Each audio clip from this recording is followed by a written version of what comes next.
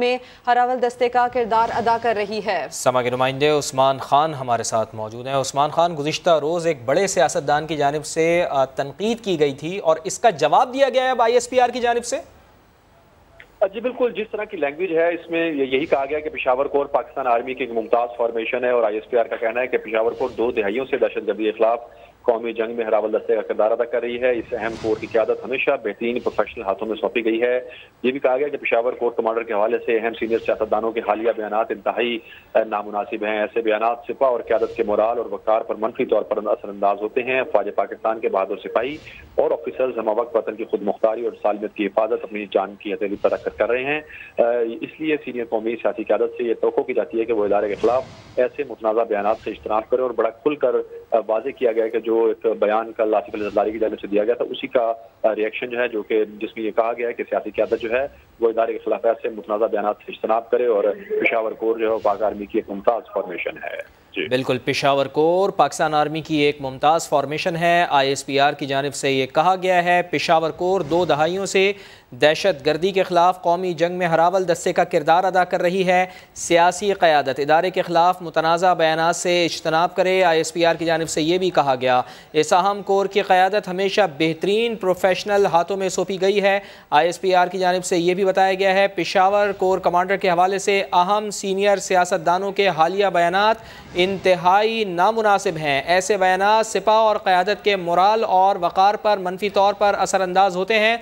अफ़वाज पाकिस्तान के बहादुर सिपाही और ऑफिसर्स हमा वक्त वतन की खुद मुख्तारी और सालमियत के हिफाजत के लिए अपनी जान हथेली पर रख रहे हैं, ऐसा कहा गया है ISPR की जानिब से। गुज़िश्ता रोज़ बयान दिया गया था पाकिस्तान पीपल्स पार्टी के सरबरा आसिफ अली ज़रदारी की जानिब से कोर कमांडर पेशावर के हवाले से और उस पर रद्द अमल आया है ISPR का और ये कहा गया है कि पेशावर कोर पाकिस्तान आर्मी की एक मुमताज़ फॉर्मेशन है। पेशावर कोर 2 दहाइयों से दहशत गर्दी के खिलाफ कौमी जंग में हरावल दस्ते का किरदार अदा कर रही है। सियासी क़यादत इदारे के खिलाफ मुतनाज़ा बयानात से इज्तनाब करे। इसी पर बात करते हैं। हमारे साथ मौजूद हैं ब्यूरो चीफ इस्लामाबाद खालिद अजीम साहब।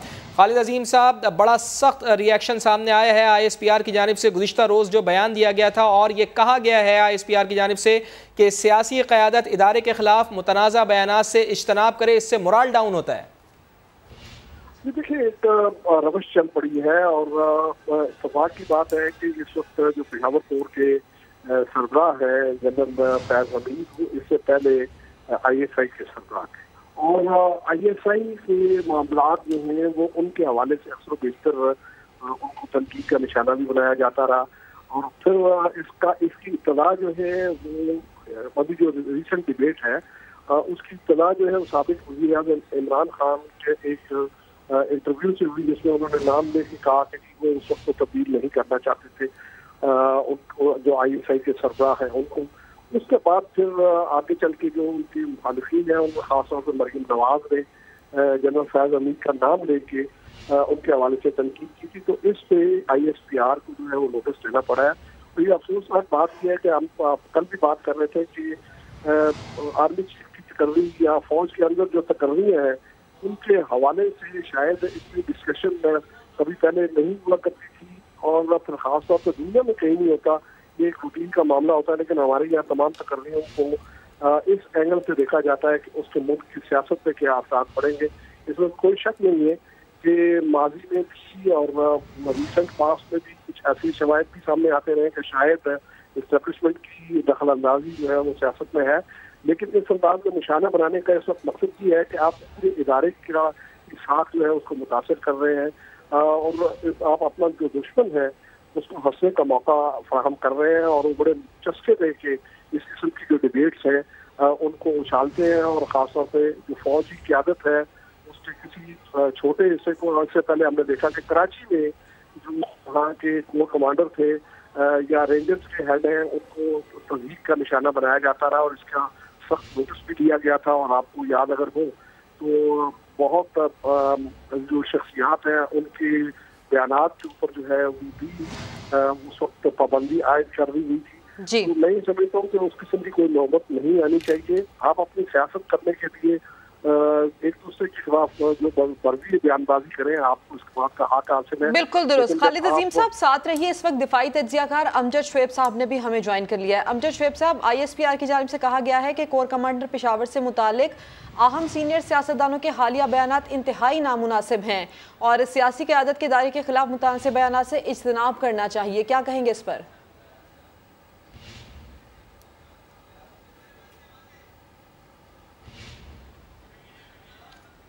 अमजद शुएब साहब, क्या आप सुन पा रहे हैं? हम राब्ता करने की कोशिश करते हैं अमजद शुएब साहब से। इससे पहले खालिद अजीम साहब गुफ्तगू कर रहे थे। खालिद अजीम साहब, आप अपनी बात को कंप्लीट कीजिए। जी, मैं यही कह रहा हूँ कि देखिए, इसमें हमें इस बात का जरूर एहसास करना चाहिए कि हमारे मुल्क के अंदर जो मामलात हैं, अगर हमारी पॉलिटिकल जो तरजीहात हैं उनमें अगर कहीं पे कोई जख्म भी उसको पहुँच रही है, तो एटलीस्ट हमें इस बात से इस्तेमाल करना चाहिए कि हम कुछ ऐसे बयानात दें जिससे हमारी पूरी फौज, हमारे इदारे जो हैं वो किसी न किसी अंदाज में लाफिंग स्टॉक बन जाए और लोग जो हैं वो खासतौर पर हमारे दुश्मन जो है इस बात का मजाक उड़ाएं कि हमारे अपने लोग जो हैं वो हमारे इदारों पे इस अंदाज की तनकीद जो है वो कर रहे हैं। और आपको अगर याद हो तो देखिए, आलमी सतह पे भी जिन इदारों को, जिन ममालिक को तहफ़्फ़ुज़ात है पाकिस्तान के हवाले से, उनकी भी कोशिश यही होती है कि वो यहाँ पर टारगेट सियासी क़यादत को न करें, बल्कि फौज का इदारा और फौज की क़यादत जो है वो उसको हदफ बना के पाकिस्तान। खालिद साहब, कता कलामी की माजरत, आबिद लतीफ़ साहब दिफाई तज़ियाकार वो भी हमारे साथ मौजूद हैं और lieutenant general retired Amjad Shoaib साहब भी हमें ज्वाइन कर चुके हैं। जनरल साहब से पहले गुफ्तगू करते हैं। जनरल साहब, कोर कमांडर पेशावर से मुताल्लिक़ अहम सीनियर सियासतदानों के हालिया बयानात इंतहाई नामुनासिब हैं, ISPR की जानिब से ये कहा गया है, क्या कहेंगे सर आप इस पर? बिस्मिल्लाहिर्रहमानिर्रहीम। देखिए, ये ख़ास तौर पे एक दो लोग PMLN से और कल फिर जरदारी साहब ने इंतहाई गैर मुनासिब और बहुत ही फजूल घटिया किस्म की बात की। नतीजा ये कि लाजमन इसका नोटिस लिया गया और मेरा ख्याल है नोटिस अपनी जगह पे GHQ लिया। पूरी आर्मी में इसकी बड़ी मजम्मत हुई, रिटायर्ड ऑफिसर्स ने इसके ऊपर बड़ी बात की और बाज़ लोगों ने तो कहा कि इनको अपने गिरेबानों में झांकना चाहिए। मतलब जब आप इस तरह की बातें करेंगे फिर आपको सुननी पड़ेंगी।